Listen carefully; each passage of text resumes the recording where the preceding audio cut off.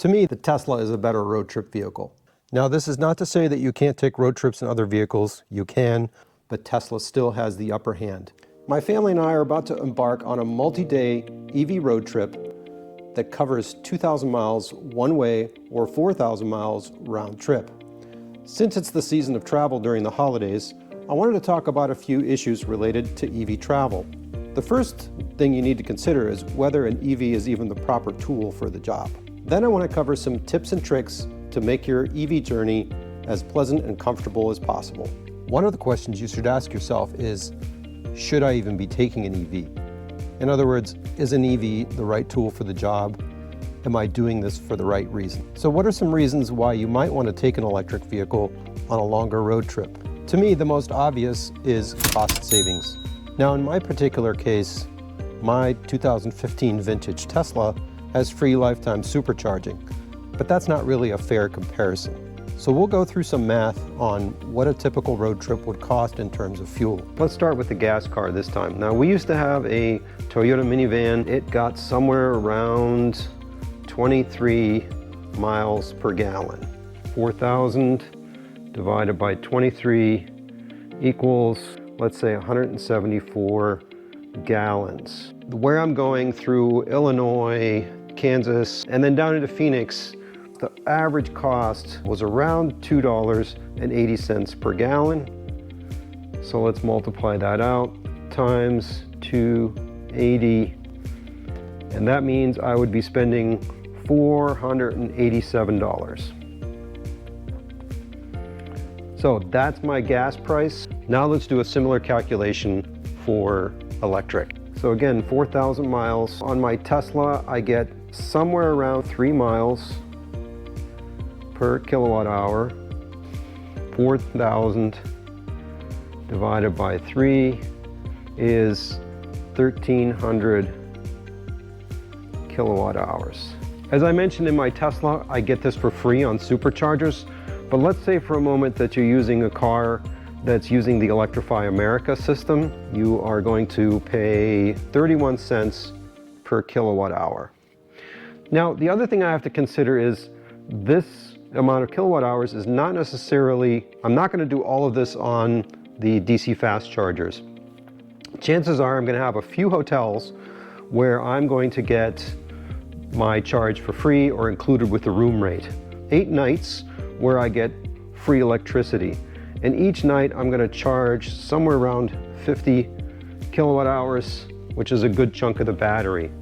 So that's 400 kilowatt hours that I'm getting free, which means I can deduct that from here. So let's take 1333 minus 400, and so I'm at 933 kilowatt hours. Now I'm going to use this and say, okay, this is my rate, this is the number of kilowatt hours, so times 0.31 equals $289. Now we can argue whether this is a fair comparison, whether I should eliminate that, whether a hotel is going to charge me that, but this is the number I'm going to go with. So we have $289 for the EV, we have $487 for gas. 487 minus 289 is $198 in savings.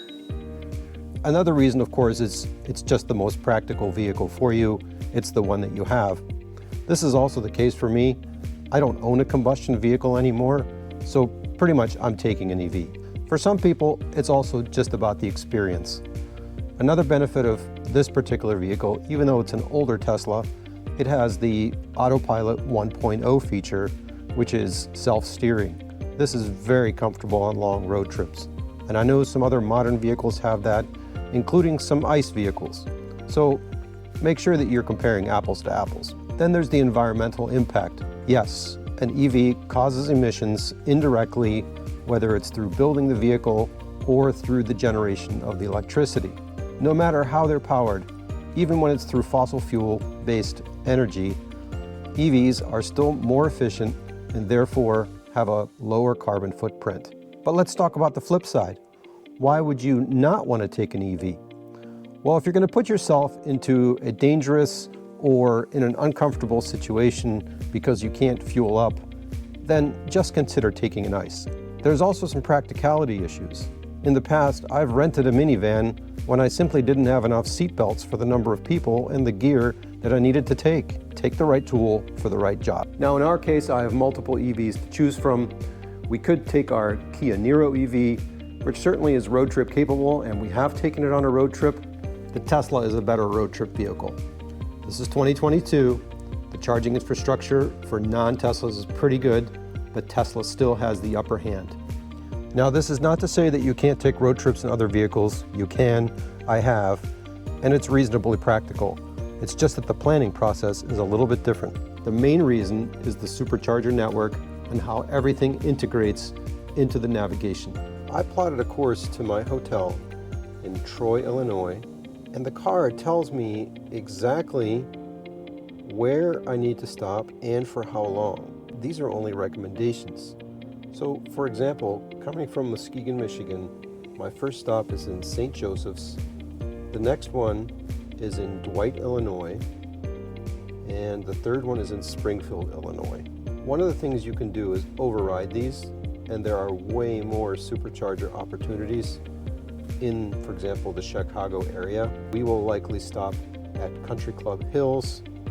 We might actually not even stop at St. Joseph's. There's another supercharger nearby that is located at a Hy-Vee grocery store, and we sometimes prefer that one.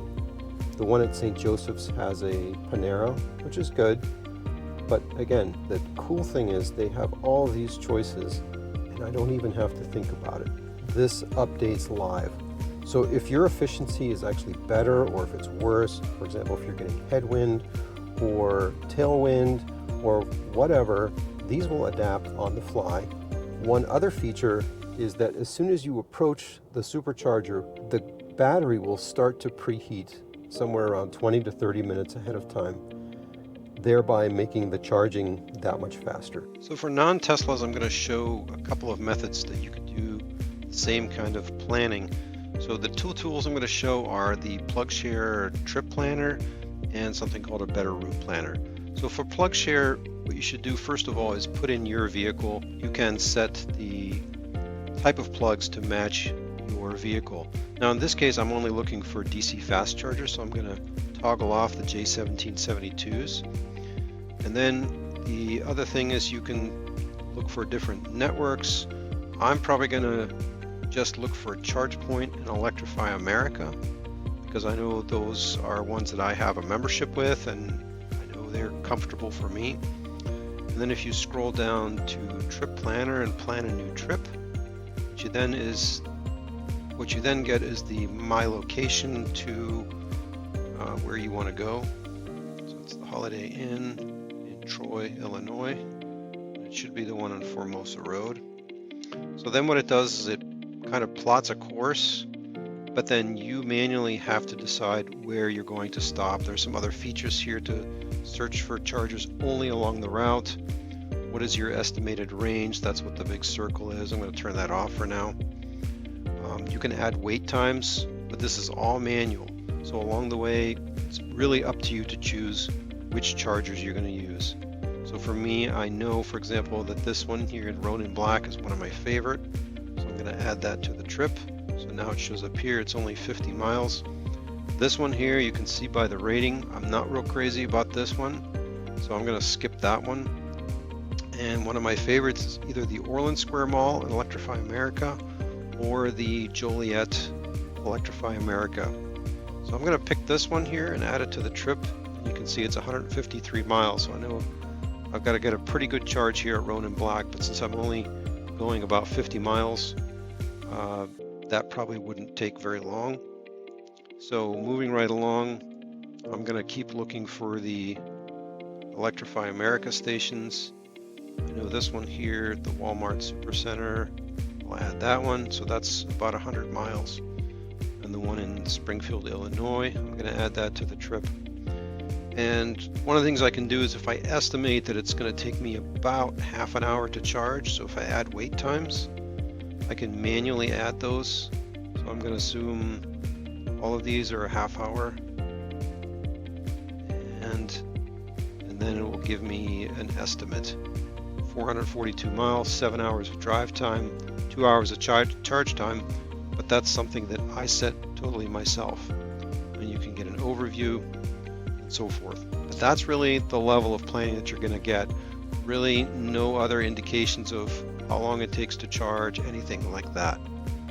Nonetheless, it's a useful tool. Let's move over to a better route planner. So also known as ABRP, just type that in, abetterrouteplanner.com. Now in my case, I already logged in and I already put in my home and my destination, the Holiday Inn.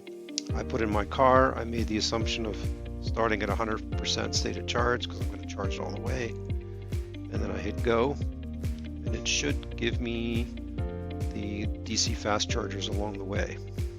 And it does. So in this case, you can see, put in the one that I selected on PlugShare. This is the Ronin Black in Saugatuck. This is again the Ozinga one that I don't really like all that much. So one thing you can do is you can eliminate these and say, okay, do I want this eliminated for all future trips or just for this trip? And then I need to recalculate. And it should eliminate that one and give me other options. So now it says there's a Meyer station. Again, I can override these, I can find other ones, but this is what it's recommending, and it tells me the approximate charge times and so on. So this is a much more complete tool. This is the free version. There are some advanced features such as tying it to your car's telematics, things like that, and there's also an app associated with it. So if you create a plan like this, you can then pull it up on your phone. You can also change some of the parameters. For example, the efficiency of your vehicle. In this case, let's say I'm getting better efficiency than I thought. I can change this to 3.2 and then go back and recalculate, and then it will give me new numbers based on those efficiency estimates. And again, it's a good idea to do this once or twice with a route that you know, see what the state of charge is that it calculates, and then see what your actual state of charge is, and based on that you can try to estimate a better efficiency for your vehicle so that it will be much truer to the actual. So that's enough about planning. Time to pack up the car and get on the road. Speaking of packing, one of the things I carry quite a bit of is some adapters. This is a Tesla CHAdeMO adapter. I'm not going to get into details about that right now. I'll pull those out when I use them on the road trip. For now, I'm going to get charged up, get the car packed, and I'll see you on the road.